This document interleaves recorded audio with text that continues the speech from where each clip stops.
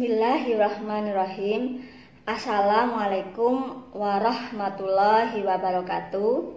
Bertemu kembali dengan saya Ibu Meni pada materi pelajaran Bahasa Indonesia untuk kelas 11, program Ilmu Alam, Ilmu Sosial, dan Ilmu Agama. Bagaimana kabar kalian anak-anak? Mudah-mudahan dimanapun kalian berada selalu dalam keadaan sehat. Alhamdulillah, ibu dan keluarga juga dalam keadaan sehat walafiat, tidak kurang suatu apapun.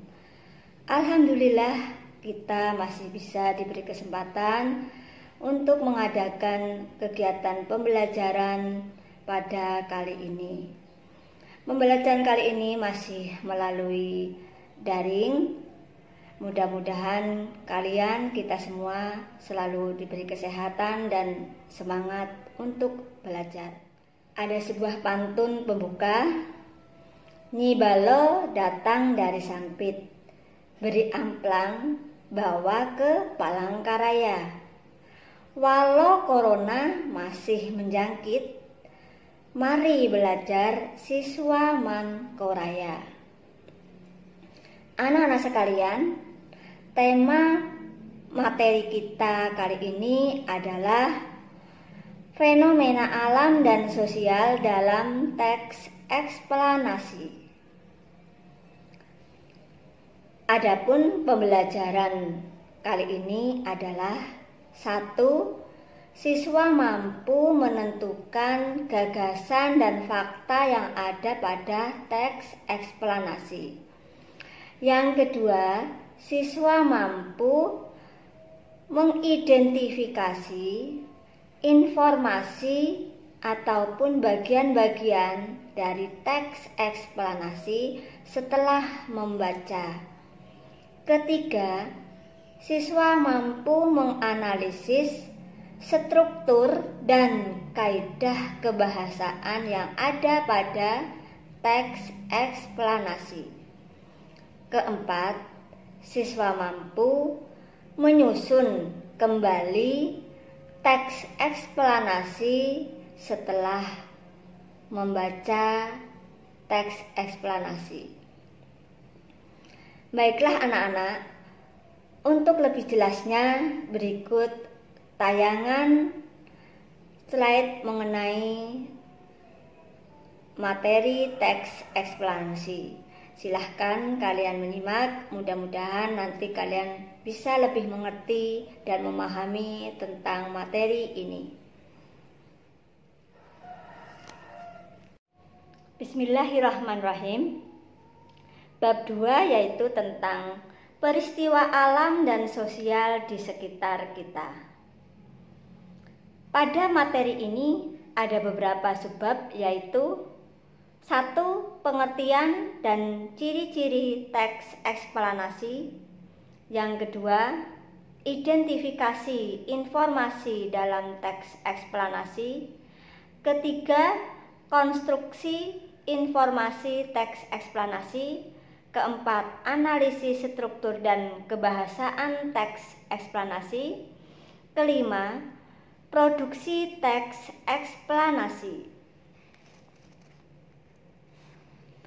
Pengertian dan ciri-ciri teks eksplanasi.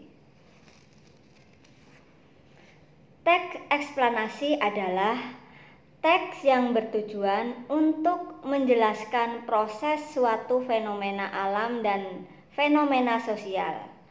Teks eksplanasi ditulis untuk menjawab pertanyaan bagaimana dan mengapa.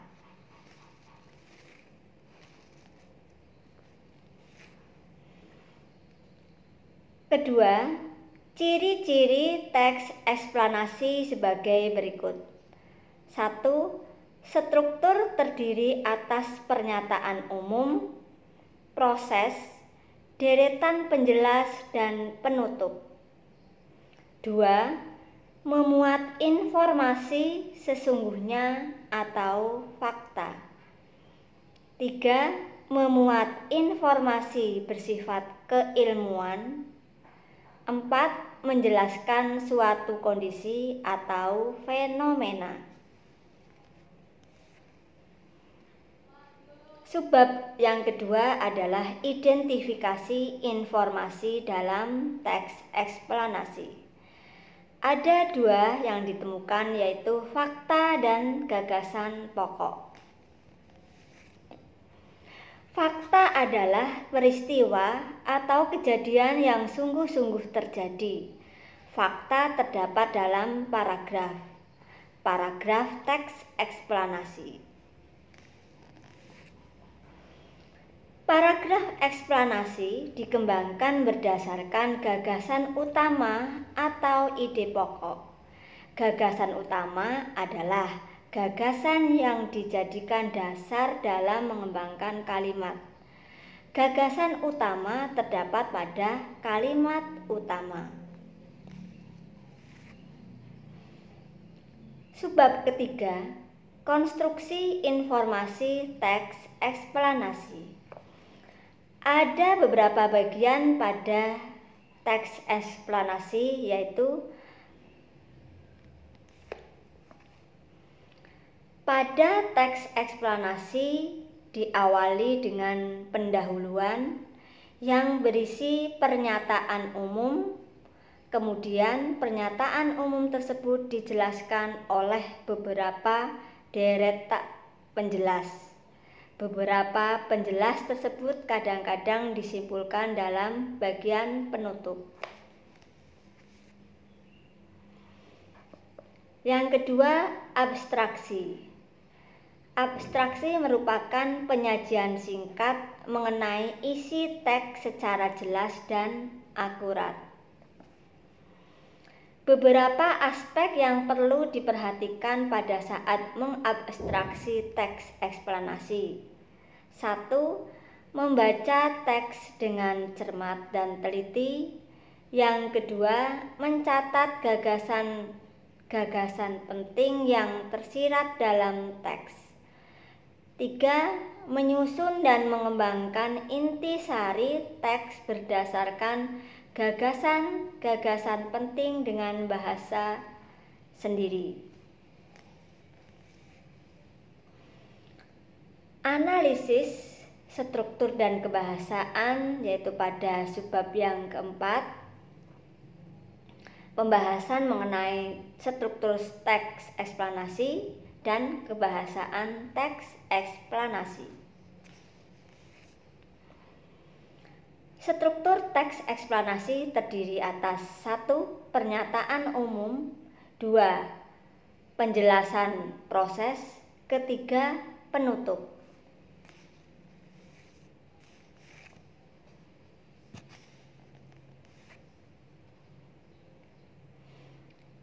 Berikutnya adalah kaidah kebahasaan yang ada pada teks eksplanasi. Terdiri atas istilah, 2. Keterangan waktu, 3. Konjungsi. Subbab yang kelima adalah produksi teks eksplanasi. Yang perlu diperhatikan pada subbab ini yaitu pola pengembangan dalam teks eksplanasi. Yang kedua, langkah-langkah penulisan teks eksplanasi. Yang ketiga, penyuntingan teks eksplanasi. Pola pengembangan teks eksplanasi terdapat dua bentuk, dua pengembangan, yaitu pola pengembangan sebab akibat dan pola pengembangan proses.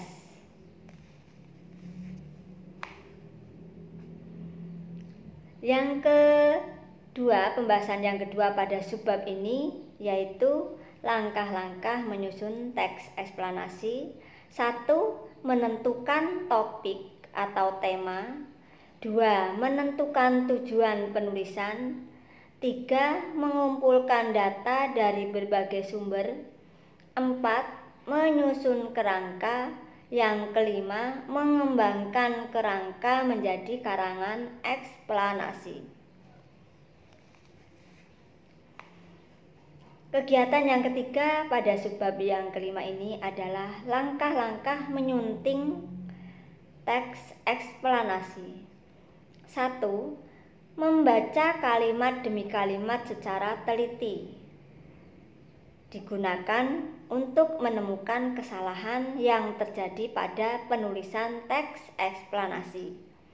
2. Membenarkan kesalahan yang terjadi pada penulisan teks. 3. Memeriksa keterpaduan paragraf untuk menemukan kesalahan. 4. Memperbaiki keruntutan paragraf yang tidak tepat dapat dilakukan dengan cara membuang kalimat tidak padu, menempatkan paragraf pada urutan tepat, atau menambah paragraf secara runtut. Demikian anak-anak penjelasan singkat mengenai fenomena alam dan sosial yang ada pada teks eksplanasi. Mudah-mudahan kalian bisa mengerti. Nanti ada forum tanya jawab pada Zoom. Bisa kita berdiskusi dan tanya jawab mengenai materi ini agar kita semua lebih mengerti dan memahaminya. Ibu akhiri pertemuan kali ini dengan bacaan hamdalah. Alhamdulillahirabbil alamin. Waalaikumsalam warahmatullahi wabarakatuh. Sekian dan terima kasih.